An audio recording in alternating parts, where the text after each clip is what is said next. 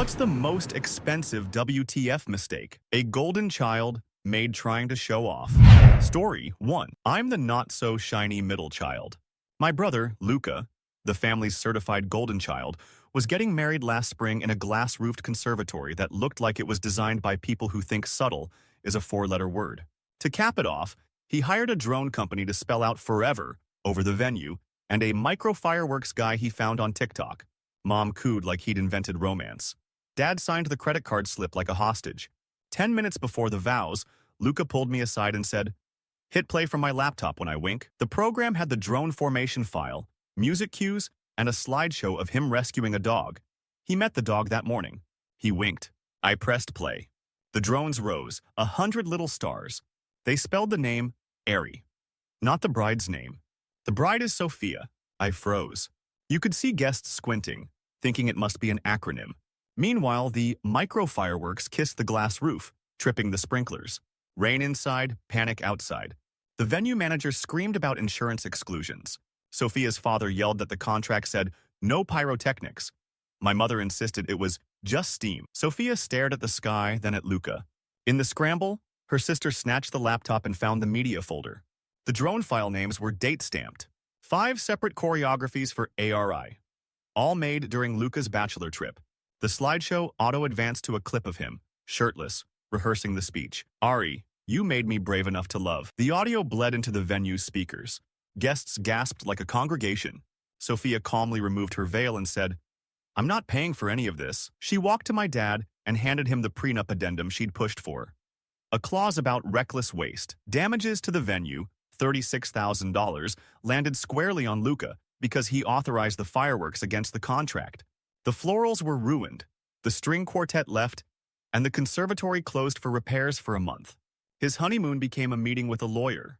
The twist? 2 weeks later, drones again lit the night, this time above our parents' house. Not Luca's doing.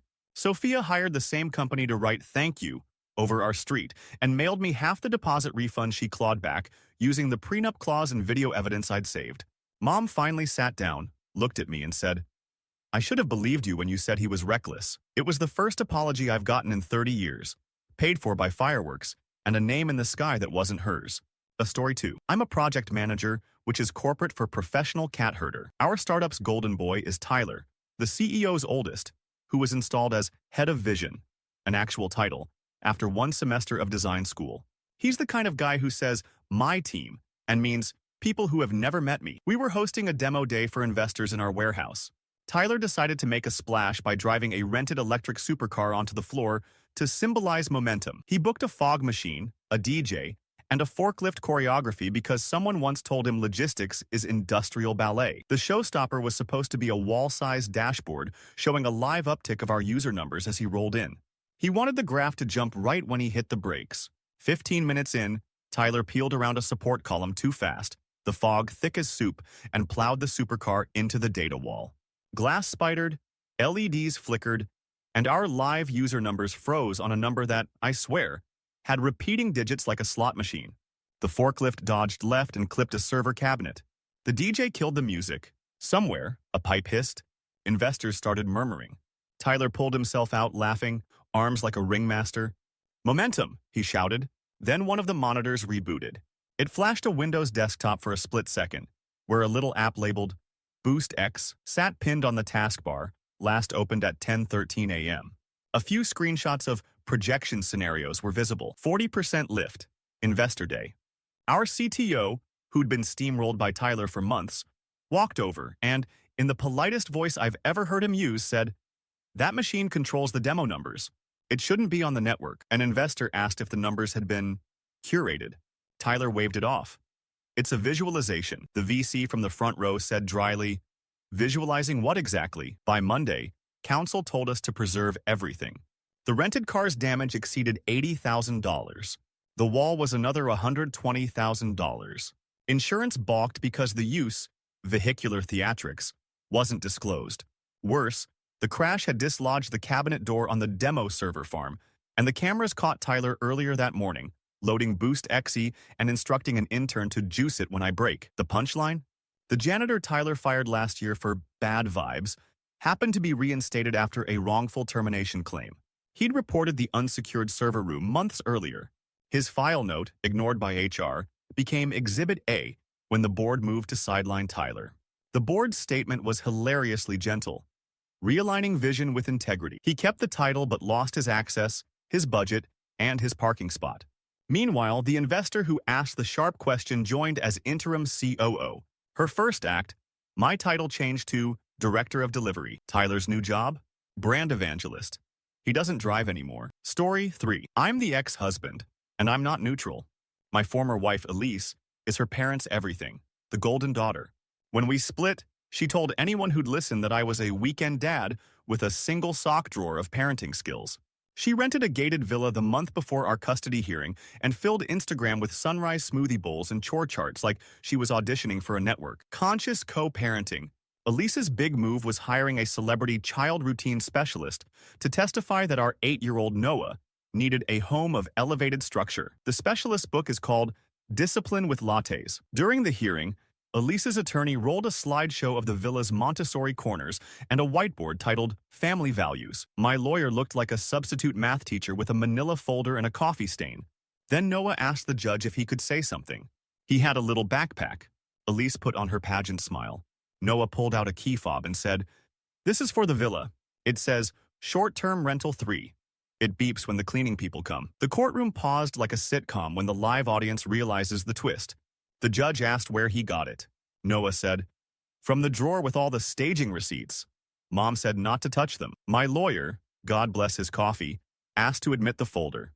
Inside, a printed Airbnb contract, professional toy rental invoice, neutral-toned wooden set, 30 days, and a Venmo screenshot where Elise paid a handyman to install magnetic cabinet locks for court photos, remove after. The specialist tried to recover with jargon about aspirational environments. The judge asked, "Is aspiration the same as deception?" It went quiet. Elise was sanctioned for misrepresentation.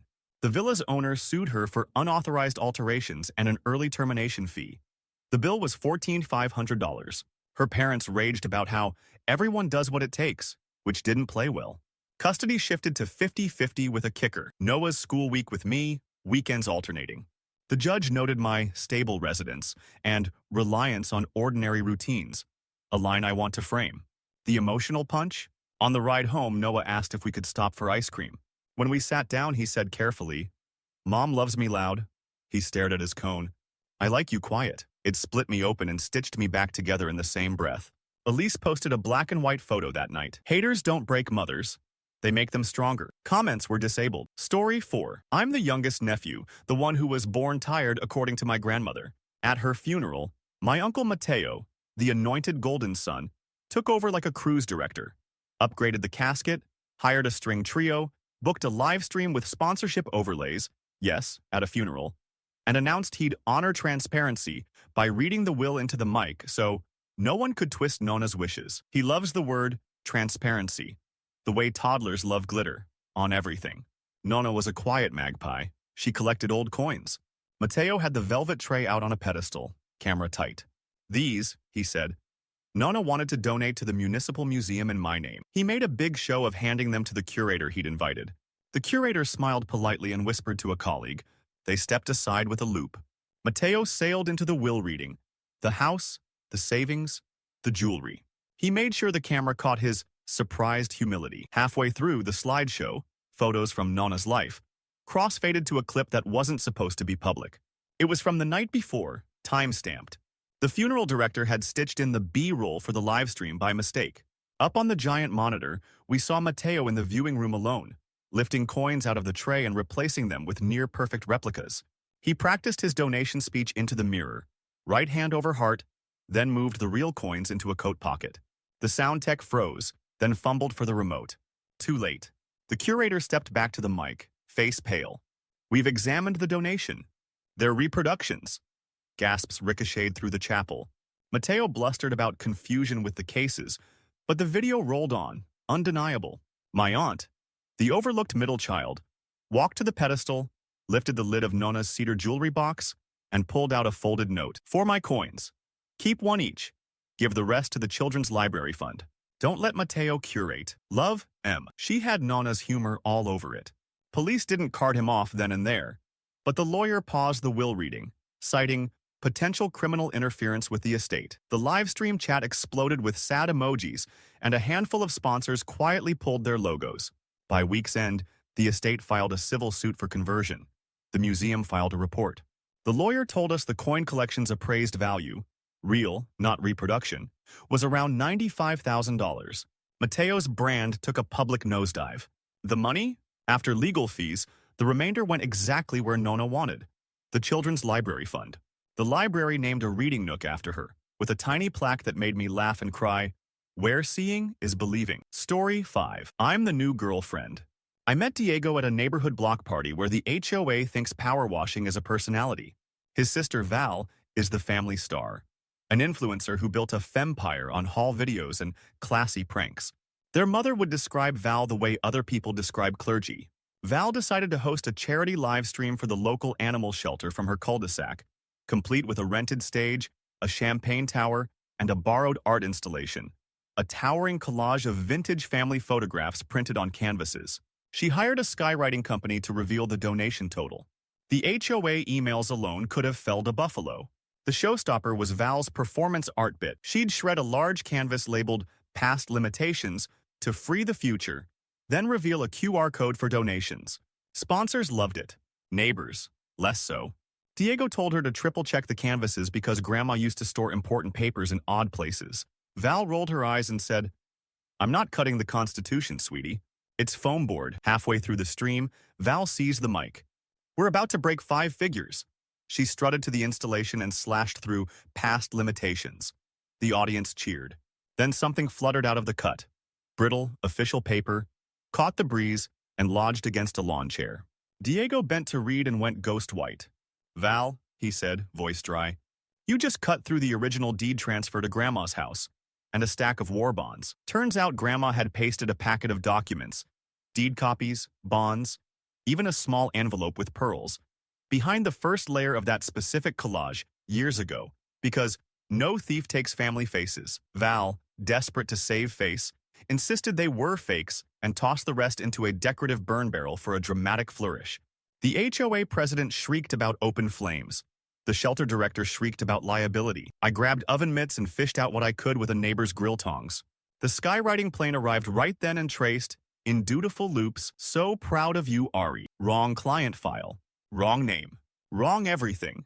Within 24 hours, the shelter released a statement declining the funds until documentation concerns were cleared. Sponsors froze payments.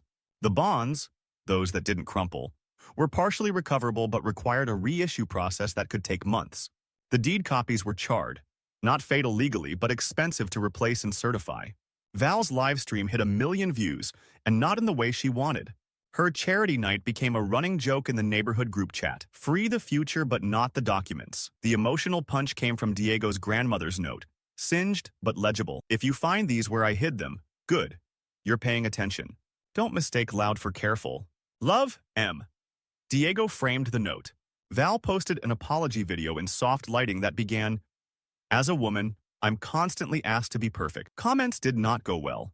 The shelter still got donations, through a quiet drive organized by the HOA treasurer, who baked brownies and said nothing on camera. It raised more than Val's stream, and no one burned a single thing. Story 6. I'm an assistant cataloger at a mid-sized art museum. The kid who writes the tiny placards no one reads. Our benefactor family has a sun in its orbit. Damien, the golden sun. He's a venture guy who treats philanthropy like a mirror. When we announced a gala-themed Roots and Routes, Damien promised to anchor the evening with a major antiquity donation from our family's travels. It arrived in a velvet-lined crate, a limestone funerary stela, allegedly 2nd century BCE, provenance to a private Swiss collection. Translation: the paperwork was a napkin with a notary stamp. Damien's plan, he told everyone, was to donate it at an appraised value north of $4 million and then make a speech about returning culture to the people. The stela was the star of the silent auction reception, spotlighted like a hostage. He'd invited a tax lawyer, 3 photographers, and a documentary crew. He wanted the QR code to his donor page on the label. My boss blinked and said, "The label says anonymous until vetted." He laughed like we were joking. Right before the unveil, a visiting curator from Cairo, quiet, cardigan buttoned wrong, leaned in and asked if he could see the back. Most donors never think about the backs of things. He found a hairline seam and a patch of modern epoxy. He didn't make a scene. He texted a contact. 10 minutes later, two cultural property reps who'd bought tickets like regular patrons walked in, asked for our registrar, and presented a match. The stela was photographed in a 2011 looting report after the Arab Spring, missing from a provincial storehouse. The pattern of salt efflorescence was identical. Damien still strode to the mic, smile like a lighthouse. He pulled the cloth with a flourish. Applause, cameras, exactly as the reps quietly stepped into the light and said, "We're taking custody." The air went aquarium silent. Damien sputtered about miscommunication and surely a replica. The reps flipped it and pointed to a custom sticker under the base, still gummy, addressed to a logistics firm with his family office's fax on it. The number that ruined him wasn't the 4 million. His accountant could have danced around that. It was the fine for attempted tax fraud and trafficking in cultural property, which came with legal fees, reputational fallout, and a very public forfeiture. Our board chair, Damien's mother, stared at the stela, and then at him like she'd never met either. She didn't spare him in the post-event statement. "We support lawful restitution." Here's the twist. Months later, we held a quiet ceremony to return the stela. The Egyptian curator handed me a small envelope afterward. Photocopies of family photos found in the crate's padding. Inside was a Polaroid of Damien as a kid, hand on an ancient column, grinning. On the back, in his father's handwriting, "Look with reverence, not hunger." We mounted that sentence translated beside the empty pedestal for 1 week. Donations came in without a QR code. Damien didn't attend. Story 7. I'm a fourth-year PhD candidate who has dreams about pipettes and debt. Our university's golden child is Ashwin, the dean's nephew, an entrepreneur in residence with a glossy TEDx and a glossy jawline. He used to stop by our lab to ideate with a latte held like a chalice. One day, he declared he'd unveil a live CRISPR-based diagnostic at the Alumni Homecoming Symposium. A moonshot in daylight. He invited press, donors, and a former minister of health.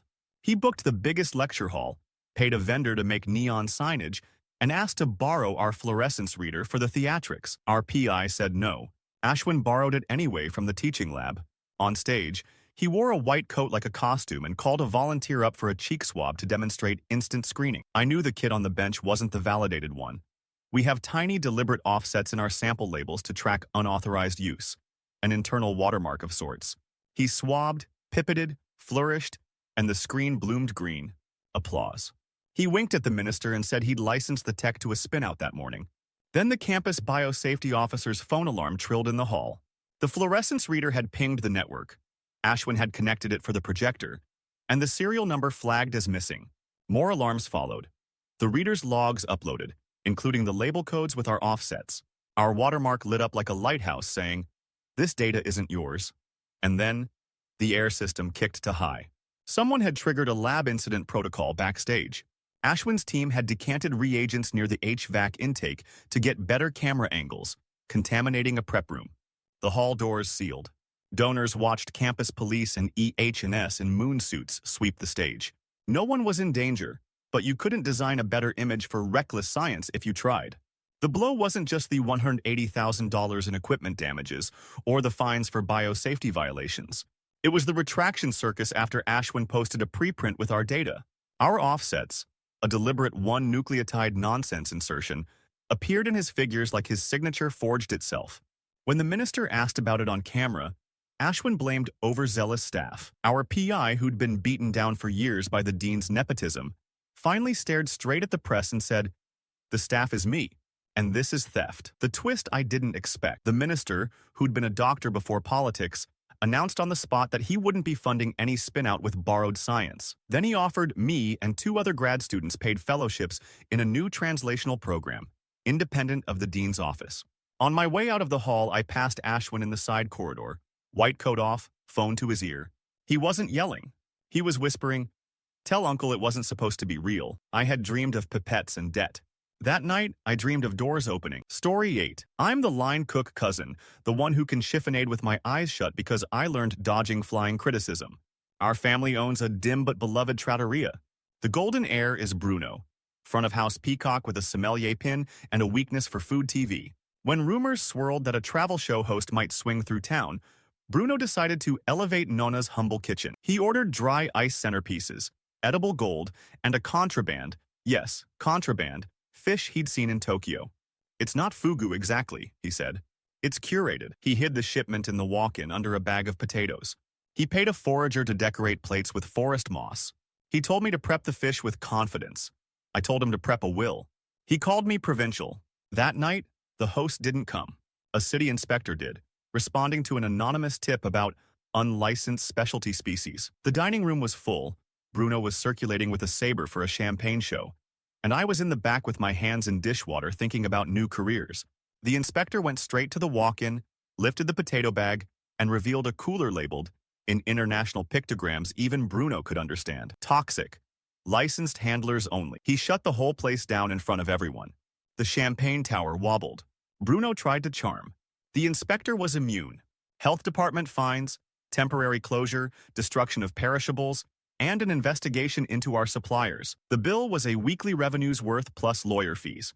The worst part wasn't the fines. It was Nona watching a dumpster receive the last of her jarred tomatoes due to a blanket disposal order. Hand on her chest like something sacred had been stepped on.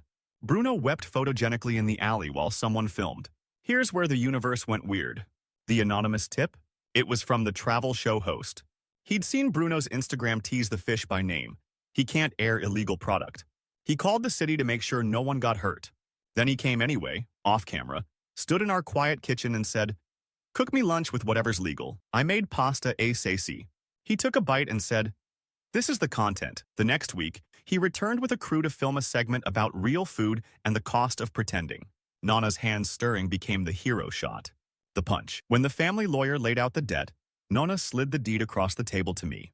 "Enough pretending," she said. "You cook." He curates tablecloths. Bruno didn't lose his family. He lost the microphone. We reopened with a chalkboard. The only gold was on wedding rings. Story. I'm a gate agent. I have the smile you get when you've been yelled at by Olympians and grandmas alike. The airport knows the Marlows, the airline CEO's friends, with a son, Chase, whose job seems to be making content. He announced on his channel that he'd blessed a random flight by buying every economy seat so he could upgrade everyone to first class in a joy bomb. He tagged our airline. He didn't ask us. What he did do, reserve 138 refundable tickets on a corporate card at 3 a.m., leaving a traveling youth basketball team on the wait list after a weather misconnect. He showed up in a velvet tracksuit with a camera crew, explained he'd give the seats back live, and tried to hand me a megaphone. I said we don't do raffles with boarding passes. He rolled. "You can say yes to magic," he told me, and the camera found my face. Then a system hiccup hit exactly where you never want it. Credit card verification. The bank flagged the mass purchase as suspected fraud and reversed the authorizations mid-boarding. The reservation tool saw a ghost flight, 138 seats sold and unsold. The team's coach was staring at his roster and my screen was a kaleidoscope. Meanwhile, Chase had already pulled 6 families to the front for upgrades. First class had 16 seats, all paid by corporate travelers who like rules. Security drifted close. My supervisor whispered, "We need an executive override." The exec on duty? Someone whose last name was Marlowe. She looked at the crowd, then at Chase, then at me, and said, "We will reaccommodate the team first." She didn't say, "because they're kids and you're chaos," but it hung there. We split the flight. We opened a second aircraft. We comped hotels and per diems. Accounting later told me the operational cost ballooned past $90,000. The corporate card Chase used? It belonged to a creative collective with a net 30 agreement. When the bank reversed the charges, their balance went negative and their vendor status was suspended. Our legal team sent a friendly letter that wasn't friendly. The twist? The Marlowe exec, who could have quietly cleaned it up, walked to the gate and took Chase's mic. On camera, she said, "Surprises are for birthdays. Flights are for people who need to go places." She announced a partnership with the Youth League to sponsor travel properly for a year. The crowd cheered the kids, not the velvet tracksuit. Chase posted a video later, eyes damp, saying he'd tried to spread joy. The comments were full of parents who'd missed funerals for lack of rebooking, who don't get to conjure planes. I still have the megaphone. Sometimes I pick it up in the break room and say, "Magic is on-time departures." Story 10. I'm the oldest of 3, and the golden child is my younger sister, Naya. She speaks in keynote slides. After our father died, we inherited a scruffy hillside orchard and a mortgage. Naya pitched disruption. Convert the barn into a boutique event venue powered by green crypto mining heat recapture. I thought it sounded like an essay. She got investors with a deck showing brides warmed by blockchains. She signed a 10-year power contract with a startup whose logo looked like a lightning bolt falling in love with a leaf. She bulldozed the old well house. Inefficient, she said, and installed a substation that hummed like a beehive with insomnia. She booked her first big party, a tech wedding where the vows included the phrase, "Smart Forever." The lights were gorgeous. The hillside sounded wrong. My daughter Mira, 13 and soft-spoken, was prepping a science fair project about groundwater. She took samples up and down the property line and found conductivity spikes. Our neighbor's cows refused the trough. The mining rigs had fried the pump controller, causing a backflow of mineral-rich water from a decommissioned irrigation line our father had capped years ago.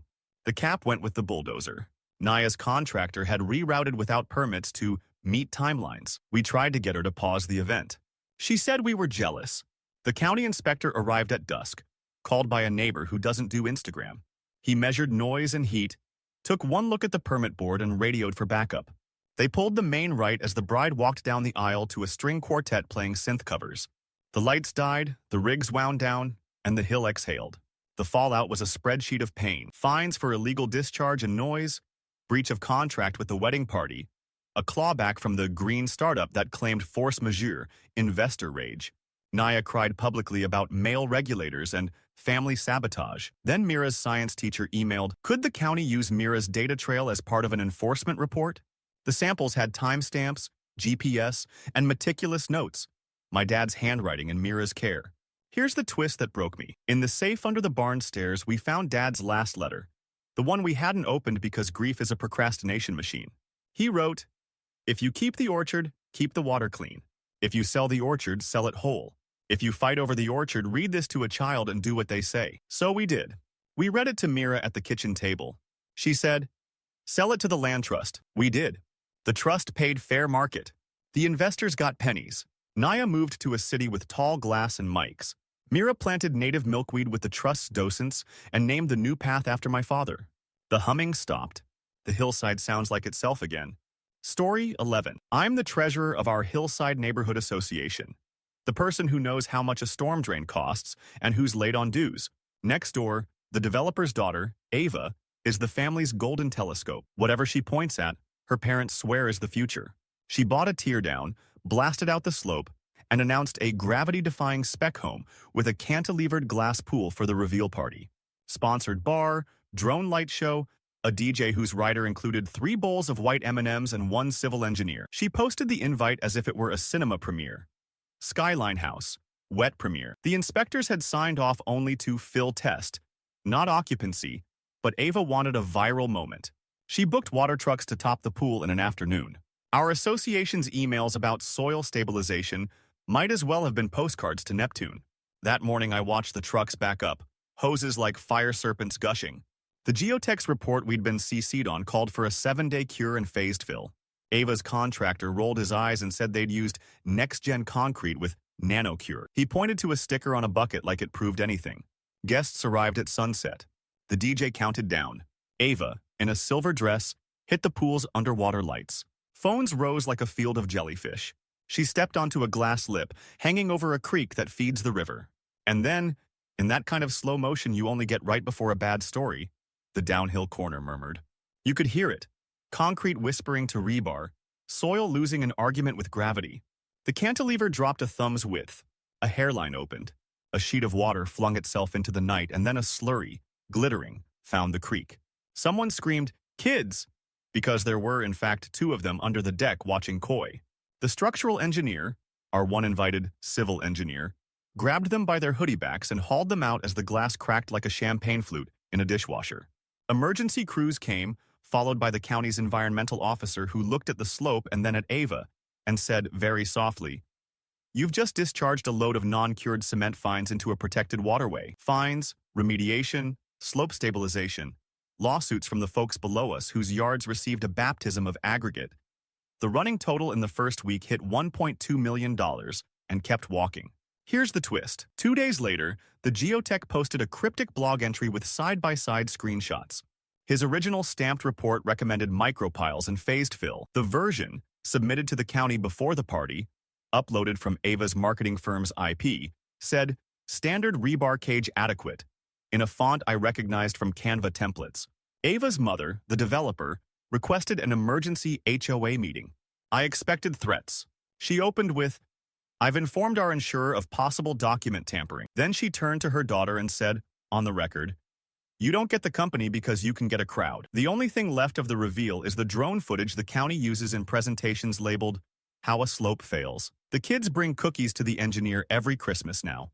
He keeps a shard of glass on his desk like a saint's relic. Story 12. I'm a paralegal at a white shoe firm where the carpet is quieter than your conscience. The partner's son, Parker, arrived as a first year and immediately branded himself a litigation futurist. He convinced his father to let him run point on a high-stakes arbitration against a medical device company. 9 figures on the table. His pitch? A holographic merits presentation, powered by an AI brief writer he'd fine-tune. He wore sneakers with his suit and said iterate a lot. In prep, he waved away our doc review protocol. The model can auto-redact, he said, feeding it terabytes of emails. I flagged that it hadn't been vetted for privilege. He smiled the way you do at interns who confuse enthusiasm with seniority. On the morning of the hearing, he dimmed the room and summoned a 3D animation of a heart valve, spinning like you could pluck it. Arbitrators love clean visuals. The general counsel for the other side even looked impressed. Then Parker clicked to a timeline, automatically generated from our productions. Up flashed a January email, and you could see, through the ghosted black bars of his AI redactor, the outline of a phrase. Settlement authority up to. The hologram rendered the text as a faint shadow behind the blur. Opposing counsel cocked her head, smiled gently, and asked to see the native. She knew what she'd seen. It got worse. Parker handed up a trial brief that was a masterpiece of confident spacing.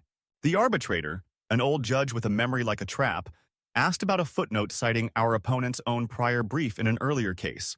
The file properties showed it had been saved 3 hours earlier by Parker Vision Team, and that track changes had been used by someone named Template Master. He'd started from the other side's public filing and failed to strip the DNA.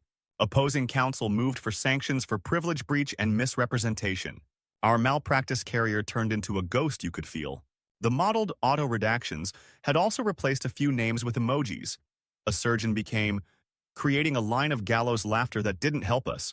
The arbitration was stayed. A court ordered us to pay their cost for the privilege review do-over. The number hurt more than some verdicts. The twist? The partner, Parker's father, asked for 5 minutes alone with me and our e-discovery manager. He looked 50 in a 60-year-old face. Did you warn him? He asked. I said yes twice, in writing.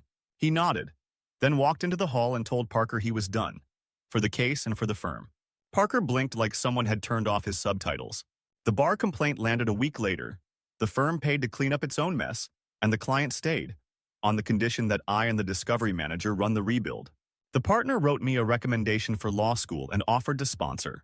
He didn't say, I'm sorry, but when he boxed Parker's desk, he tucked a book inside the lid, the red folder, How to Slow Down When Speed Sells. I shelved it next to my horn books.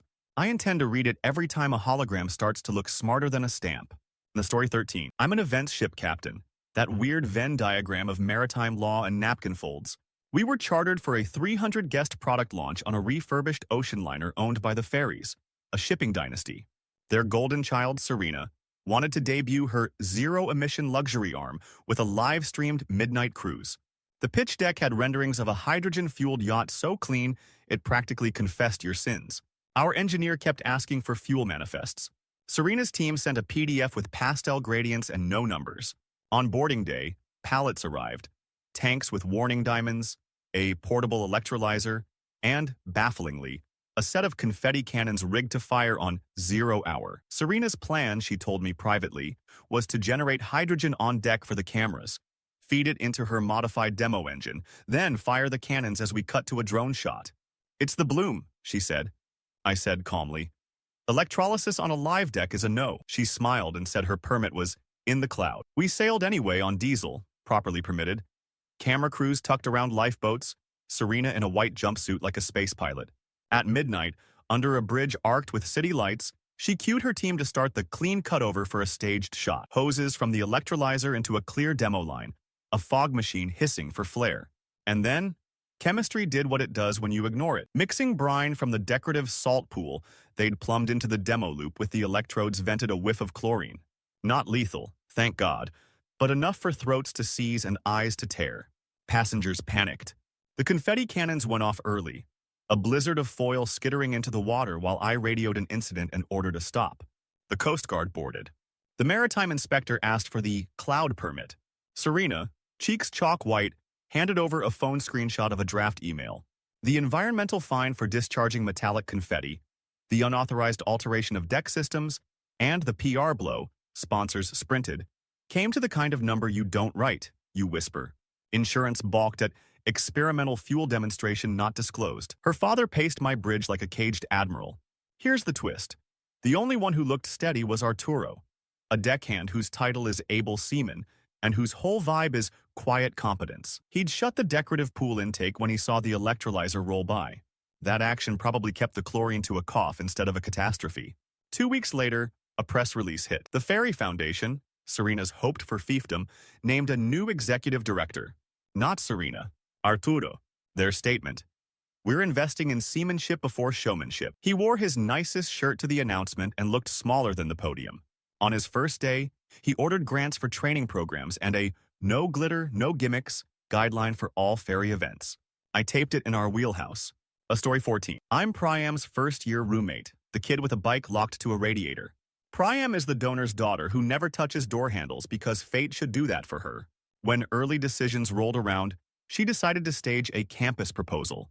A surprise projection of her acceptance letter onto the library facade at midnight, with a marching band, color powder cannons, and a drone filming her yes to the school. She hadn't actually heard yet. Manifestation, she said, wagging a manicured finger. Also, my dad's pledge practically guarantees it. She hired a coder on Fiverr to skin the portal so it could display an animated "Congrats, Priam." She borrowed a key card from a facilities friend to access the library lawn. She booked a harmless paint powder cannon and handed out white t-shirts to her entourage. I was invited because I own a tripod. At 11:58 p.m., the band filed in. The drone circled. Priam stood on the steps in a white pantsuit and clicked the refresh she'd set to reveal her custom animation. For one glorious second, the fake portal she'd paid for worked. Then the university's real portal rolled out, right on schedule. A new tab auto-logged in from her saved credentials. Deferred. In 72-point institutional font. You could see the pixels suck the night down a straw. Priam yelled at the coder on speaker.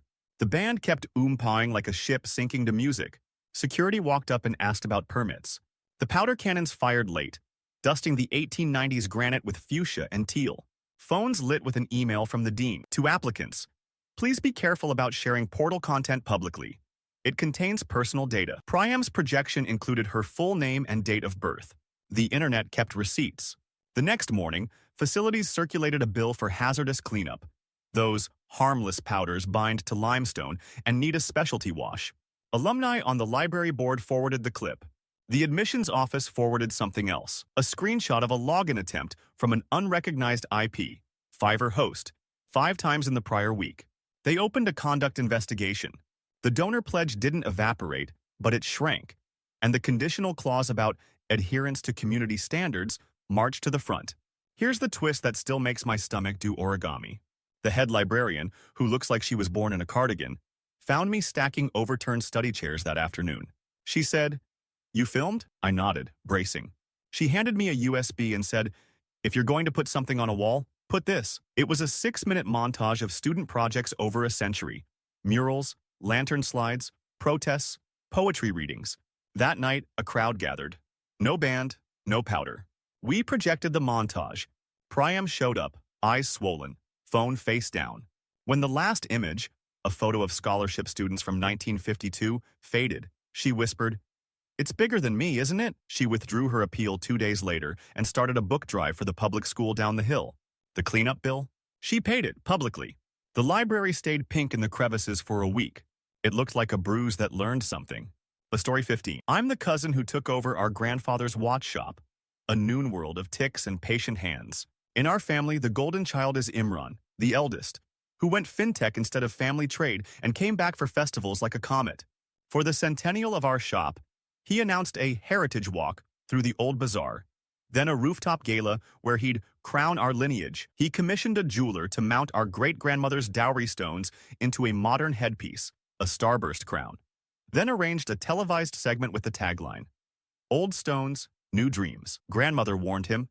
Those stones live in the vault except for weddings, and, even then, on silk. He made cooing noises and hired security. On the night, he lifted the crown with 2 fingers like a pastry and set it atop his wife's hair. Cameras flashed. He did a little speech about unlocking dormant value, which made my grandfather cough. Then, under the lights, something glowed wrong. Old Burma rubies sleep under UV. They don't sing. These sang, blue halos like a nightclub. A gemologist in the audience, our quiet neighbor who fixes spectacles, tilted his head and murmured, "Lab corundum." The videographer zoomed. The internet paused. And grandmother, who knows stones the way sailors know stars, reached up with hands that have held every baby in this family and plucked the crown off like it was hot. She stared, jaw set, and said 4 words I'd never heard together. "Where are my stones?" Imran blanched, then blustered. Turned out, 8 months earlier, to capitalize his crypto fund, the irony, he'd swapped the real stones for lab-grown twins, just until after our next raise. He'd planned to quietly buy them back. The appraisal insurance lapsed because he never sent the updated photographs. Policies don't cover intentional substitution. The bank, watching the live feed like the rest of the city, froze his lines. The jeweler, not a villain, just a craftsman, produced resin molds and emails where Imran had requested visual parody. The fallout was a tangle. Police report for conversion of trust property, a civil suit from the family trust, investors flooding our shop's phone to ask if the centennial was still happening, and my grandmother sitting very straight in a wooden chair like a queen in exile. The number to unwind it climbed above $700,000, not counting the cost and pride. Here's the twist I didn't see coming. 6 months earlier, my sister Sarah, who everyone describes as nice until they need her to be steel, had noticed a minuscule scratch on the underside of the largest ruby when she was cleaning the vault. When the new stones arrived for a photo shoot, she took the crown to our back room, opened the tiniest claw with a needle, and slid inside a fragment of rice paper with a micro-calligraphed message in our grandfather's hand. "If you are false, you will not know this is here." She didn't tell anyone. She just waited. When grandmother lifted the lab stones, Sarah asked for a loop and the tiny knife. She opened the claw. No paper. She produced the original paper from her ring box and set it on the glass. Grandmother laughed, a short, astonished sound, and then cried into Sarah's hair. The next day, Sarah and I walked to a pawnbroker 3 neighborhoods away. In the back, under a camera and a polite lie detector, were our rubies, parceled, waiting. Sarah had already filed the stolen property alert. The broker was cooperative and got his money back from the upstream crook. Grandmother rewrote the trust that week. The shop and the stones passed to Sarah, not because she's loud, but because she's careful. Imran sits in the front counter some afternoons now, tea in a chipped mug, looking at a wall clock that ticks like forgiveness. Sometimes he asks customers about birthdays because, he says, "I want to put things back on time." Story 16. I'm the guy neighbors call when their breaker trips. Licensed electrician, not the flashy kind. Across the cul-de-sac, the developer's golden daughter, Celeste, flipped a boxy teardown into a smart sanctuary with an open house she branded like a film premiere. Live DJ, laser mapping on the facade, champagne wall that dispensed by voice command. Her parents parked a food truck out front and said, "It's good for property values." What they didn't say, the permit posted in the window was for interior staging only. No exterior lighting rigs. Definitely no temporary service taps. At noon, I watched 2 20-somethings in matching polos unspool a cable the size of my wrist from Celeste's garage across her side yard to the junction cabinet that feeds the whole street. "Authorized tie-in?" I asked. "We're with the show," they said, and slid the padlock up the hasp like a magic trick. I phoned the city. While I waited, I knocked on Mrs. Leone's door, she's 82 on home oxygen, to remind her about the afternoon noise. She smiled, patted my hand, and said she'd be fine if the power stayed steady. Twilight hit. The lasers came alive, chasing lines across clapboard like a sci-fi grid. Celeste made a toast about lighting up the future. The DJ counted down to the moment. A synchronized water feature, fog cannons, and a projection of her logo collapsing into the word sold. That's when the cul-de-sac dimmed as if God put 2 fingers on the sun. The illegal tie-in arced. White flash, angry pop, and the cabinet tripped. Our block went black. Phones lit. Somewhere, an oxygen concentrator gave up a mechanical sigh. I sprinted to Mrs. Leone's. Her daughter was already fumbling for the backup tank we keep in a closet. We got her switched over, but the look she gave me was the kind of tired you don't sleep off. Across the street, Celeste's event planner tried to keep guests dancing with glow sticks while the champagne wall dribbled flat. The city truck rolled up, 2 inspectors, 1 fire marshal. They opened the cabinet and found the tie-in, still warm, with a hand-lettered tag. Do not touch. Show power. The fines started then and didn't stop. Unauthorized connection, tampering with municipal equipment, public safety hazard, noise after hours, generator without permit. Yep, there was a hidden one humming in the garage. Insurance for the staged house balked at illegal utility use. You'd think the punch would be the number, north of $180,000 with remediation and fees, or the realtor board suspending her license pending a hearing. It wasn't. It was the envelope on my porch the next morning. Hand-drawn thank you from Mrs. Leone's grandson, 8 years old, marker rockets along the edges, and a copy of the citation addressed to Celeste with 1 inspector's note highlighted, outage affected life-sustaining equipment at 1527. Reported by neighbor electrician who kept residents stable. Celeste's mother came by later, eyes red, to apologize. Celeste didn't. She posted a resilience reel with acoustic guitar over B-roll of sparklers. In the comments, someone asked, "Did you ever think to ask who else lives on the grid?" The only heart on that comment was mine. Story 17. I'm the marching band captain, which means I know more about weather radars and wet reads than any teenager should. Our town's golden child is Mason, the quarterback whose mom runs the booster club like a small monarchy. For homecoming, Mason promised aerial energy. He'd surprise the crowd by dropping into the stadium in a rented blimp painted in school colors, then unfurl a banner asking his girlfriend to winter formal. He told everyone he'd cleared it. He told me to cue, also sprach Zarathustra, at his text. He told coach nothing. 15 minutes to halftime, the sky over the stadium grew a bruise. I checked my phone. Weather advisory for microbursts. Then a banana-shaped shadow drifted into view like a confused whale. The pilot, hired by Mason with booster funds, lowered to tree height and bled confetti from a belly hatch. Sponsor coupons and little foam footballs. The field crew shouted. Confetti gunks turf. Our groundskeeper has a religion. Mason stood on the sideline in a cape his mom bedazzled, preening for the drone. The FAA, or whatever acronym they wear on their jackets here, must own a bat phone, because within 60 seconds a county helicopter was circling, ordering the blimp to gain altitude. It didn't. A gust sheared across the bowl, the blimp yawed, and the dragline kissed the press box roof. The banner snagged, tore, and whipsawed into the marching M we'd chalked all afternoon.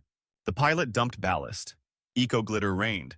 My trombones ate sparkles. The ref strode to midfield and called the AD. Turf maintenance appeared with industrial vacs. The head official huddled with coaches and declared the surface unsafe pending cleanup. Halftime stretched to an hour. Then came the words no band kid wants to hear. Game forfeited. We were up by 10. The next morning, the bills arrived like geese. Remediation of the turf, $60K.